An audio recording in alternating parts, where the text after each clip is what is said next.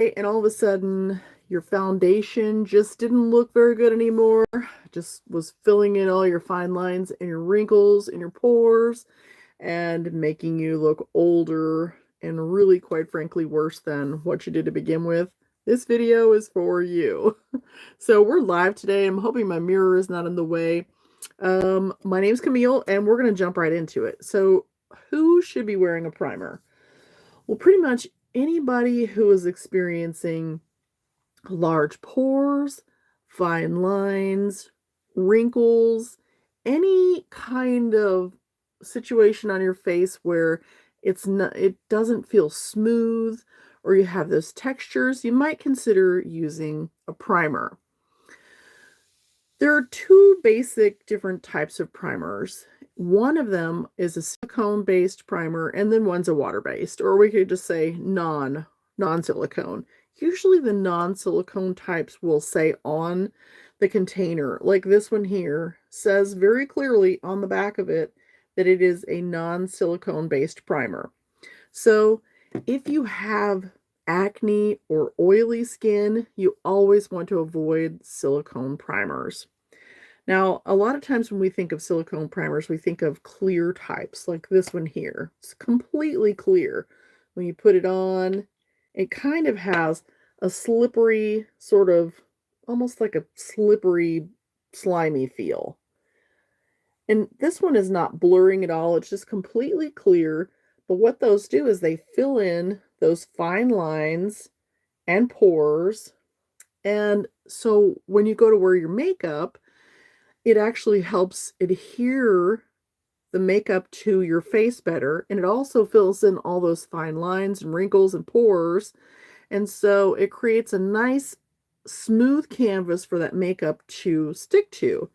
But like I'm going to show you right now, you can actually use certain primers all by themselves. So if you're just sick of foundation and concealer, you're over it, you don't want to try anymore, here's something that you can do. Now I've got several primers in front of me, maybe 15, so I'm going to go through those in a minute, but I wanted to show you just the power of wearing a good primer all by itself. This one is the Porefessional by Benefit, and you can use this for all skin tones. And I'm just going to use a little brush and show you. Of course, I had to drop that on the floor. So it's got just a tiny bit of color, and I've used way too much there. But watch the way it just kind of blurs out the little things that I have going on my forehead when I apply it. So you can still tell that I have, a deep wrinkle here, but it's really blurred everything out really quickly. Now, one thing about the primers that we're talking about today, they are face primers. Face primers are completely different than eyeshadow primers, so I don't want to get those too confused. And most of the face primers that we're talking about today, most face primers in general, do not need to be used on your eyes, because normally the ones that we use on our eyes are always to control oils. Our lids are normally very, very oily, and so we get creasing eyeshadow and our moving eyeshadow when we don't have a primer on there. I can recommend some of those as well, but primarily I just wanted to let you know that I would not want to use this product on my eyelids. Not unless I want all of my eye makeup to just move around all day long. Now, it's not going to move around on my face, but that's because my face doesn't blink and move around constantly. So it's a little different. All right, so that is just nicely blurring. And I will use a little tiny bit on my brush. Just a little, well, that's a little bit more than a little. And I'll share that with both eyes. And I think this is a lovely way to not only get your skin ready for makeup, but if you just want to do a no makeup look, there's no reason why you can't do this. Throw on some lipstick and blush and walk out the door. Or just wear this on its own. Makeup does not have to be as complicated as sometimes people like me make it. So I'm not going to wear any makeup today. So I'm just going to go ahead. Since I'm not wearing it, I'm going to sweep it over my eyelids as well to just get that little bit of blurring there. And now it's kind of slightly mattified my face, but it's also made it so that the pores on my nose are blurred out. I'm going to put that on my lips too, just because it's hydrating and I'm really, really dry. So everything's nicely blurred. And one thing I love to do is I got this little turkey neck thing going. So especially with these nice blurring primers, absolutely. If you're needing a little confidence right here, go ahead. Go ahead and take that on down. Absolutely. The blurring is nice wherever we put it. You can put it down. You know, if you're wearing a nice low dress, you can definitely put that on your chest just to give it a little bit of an airbrushed look. And me, I'm on camera a lot, so I will actually put it on the back of my hands when my hands are just so dry that, you know, there's no saving them. So keep those things in mind. Now, what type should you use for your skin? So we talked a little bit about that. If you have acne or really, really oily skin, you want to go for a non-silicone type, which means that if you have normal to dry skin, you can go for pretty much most of them don't say anything about mattifying or clay. So, and I'll teach you a little bit about that. But like the baby skin, this is a really easy one to find at like Walmart. It says Instant Pore Eraser, and it's by Maybelline, okay? Super cheap. So that one is going to be definitely a silicone based. And usually you can instantly tell if it's silicone based if it's completely clear. So these two silicone based. And sometimes it's really, really hard to tell, even if you read the directions, even if you read the ingredients, sometimes it's really, really hard to tell if it's silicone based or not, even if you look it up on the Inky Decoder. And I'll try to remember to put the link for that for you down below. But just remember that the ones that say anything about clay or mattifying, those are going to be for oily skin and for acne types. So there's a Maybelline Fit Me Matte and Poreless that is, and I've got a note right here, that's for normal to oily skin. So that's a good one, and it's not very expensive, like $8 or so. And then there's also NYX Shine Killer, and that one is mattifying. So those are great for oily skin types. And then my favorite one for oily skin types, it's a little bit more money, but it's so worth it, is this oil control one by Skindinavia. And this is a liquid, like it's a liquid. But there's a lot in there. It lasts a long time. And here's the way I like to apply it. I don't have oily skin, but my nose is one of the situations I have is that nothing wants to stick to my nose, and my nose gets really, really oily. So I like to take a little sponge, concentrate my spray there, pack that all over, really work it into the creases, get it everywhere, allow it to dry. And now, once it's dry, you can go in with your foundation, and I'll show you how this works. This works better than anything else I've ever tried. I'm just going to put a little dot of foundation there. That should be dry enough. And then now, whatever I put on my nose is going to absolutely stick and stay there all day. So primer's job is twofold. It's to, yeah, blur out things, make the skin surface nice and smooth so you can apply your foundation, but it's also to help the makeup adhere to your face better so that it lasts longer.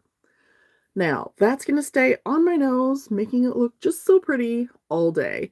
And this is where a lot of us have the biggest problem, is the pores on our nose and the discoloration on our nose. And the simple fact is, it sticks out the farthest on our face, which is why it gets the bulk of the problems, because the sun is beating straight down on, guess what? your nose. So I hope that helps. So say hi, say where you're from, give me a chance to say hello. Oh, let's see. Phyllis says, I love your videos. You make it okay to be getting older and hooded eyes. I have learned a lot from you. Keep the videos coming. Oh, thank you. Thank you, and best wishes from Massachusetts. Oh, I hope you're staying warm there. Thank you so much, Phyllis. And so the blurring primer was the Porefessional by Benefit. That's probably my favorite one like this. I also like the Thank Me Later, and that's got an SPF 30 in it. So that's another thing. The next thing is sometimes people get confused about which one they should apply first. Should they apply their sunscreen first or their primer first? So let's clear that up really quickly. Sunscreen is going to go first. And the reason for that, and the easy way to remember that, is that your skincare goes first. Skincare always goes first. So sunscreen would be the final thing that you would apply in your skincare.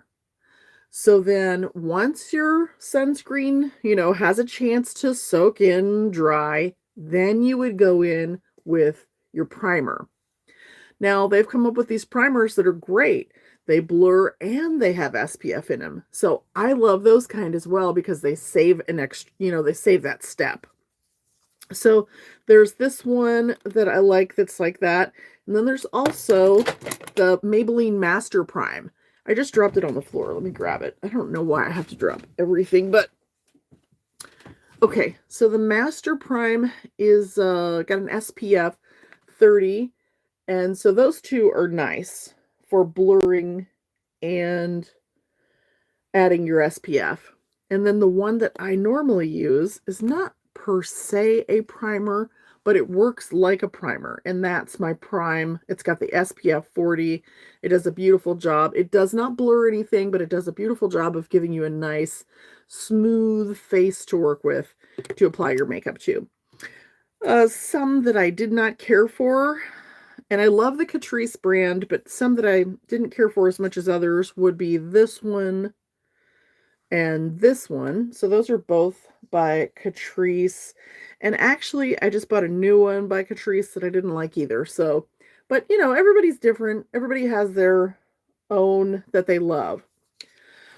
Also, there's this one by e.l.f. Now this one, they have some different ones like this. I think they have a niacinamide one like this. This is more of a sticky primer. This is not, and it will fill in your pores.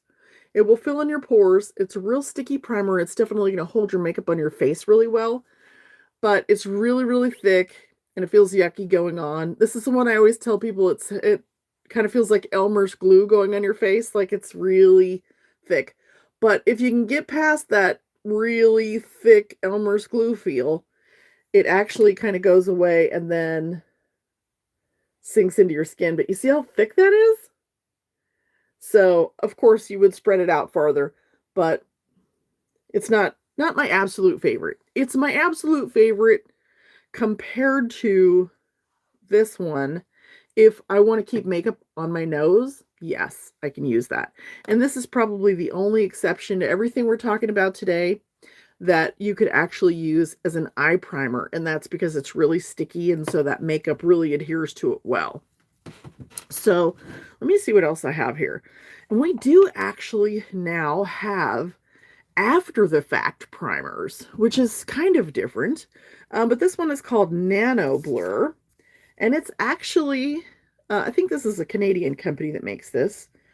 But it's available in the United States and in Canada. Yeah, this one's by Indeed Labs. And this one is actually designed to go over your makeup. So if you have like that one big wrinkle and you want to apply some blurring to that after you've got your makeup on, then this one is really kind of thick. Kind of a thick blurring. And then let's just pop it right there. Let's just tap it in and see how it looks. I'm running out of clean hands here. Okay, so that's what it looks like. And you can buy these on Amazon. almost all of this you can buy on Amazon. And just by putting it right there, give it a little tap, and it just has the little bit more blurring. So I don't know if you can tell on camera. I can tell slightly in front of me, and it might be more blurring. Yeah, it's just got a little extra blur. So that's a nice one. But honestly, and of course they market it like an after blur product, but honestly, you can do that with almost all of them. So let me show you what I mean. So let's just take the baby face, for example. Let's get the tiniest bit of it. Okay, there's that clear one. I don't recommend this for doing large areas, but you just have that one area maybe in between your eyes or maybe something out here. Let's see if we can do it out there. See if I can do it to just go over the area. You want to definitely pat though. You don't want to spread it if you've already got makeup on, or it will just leave your makeup patchy. So if you just have to pat it in one little place, make sure you're using something that's got a little blurring, and it will work nicely. Let's try this one I dropped before. So if you have a question about primers, pop them in to the comments so that I can hopefully answer while we're live. So skincare goes first, then your primer. And there we go. We can just kind of blur out a little bit more. All right, so let's see if we got any questions, and then we're going to go ahead and close it up for the day. I just wanted to do a quick video on primers. Oh, hi. Hugs from North Carolina. Hi. Hi, R. Melinda. So good to see you. Denise says, I love your videos, Camille. All the best from Whitley Bay, Northeast UK. Hey, in the UK, Denise. Mandy says, love your videos. Simple to follow and great advice for more mature skin. Always so informative. Thank you, Mandy. I appreciate you. I appreciate you all. And I know many people will see this after I've posted it. So if you have a question about primers, definitely pop it in the comments and I will do my best to answer. And let me just make sure, I've got a couple of notes over here to make sure I didn't skip anything. Kind of my who, what, when, where, and why. And I think I've covered all that. I hope so. And so here's to having fakely flawless skin. I don't know. All right. Love you girls. Bye.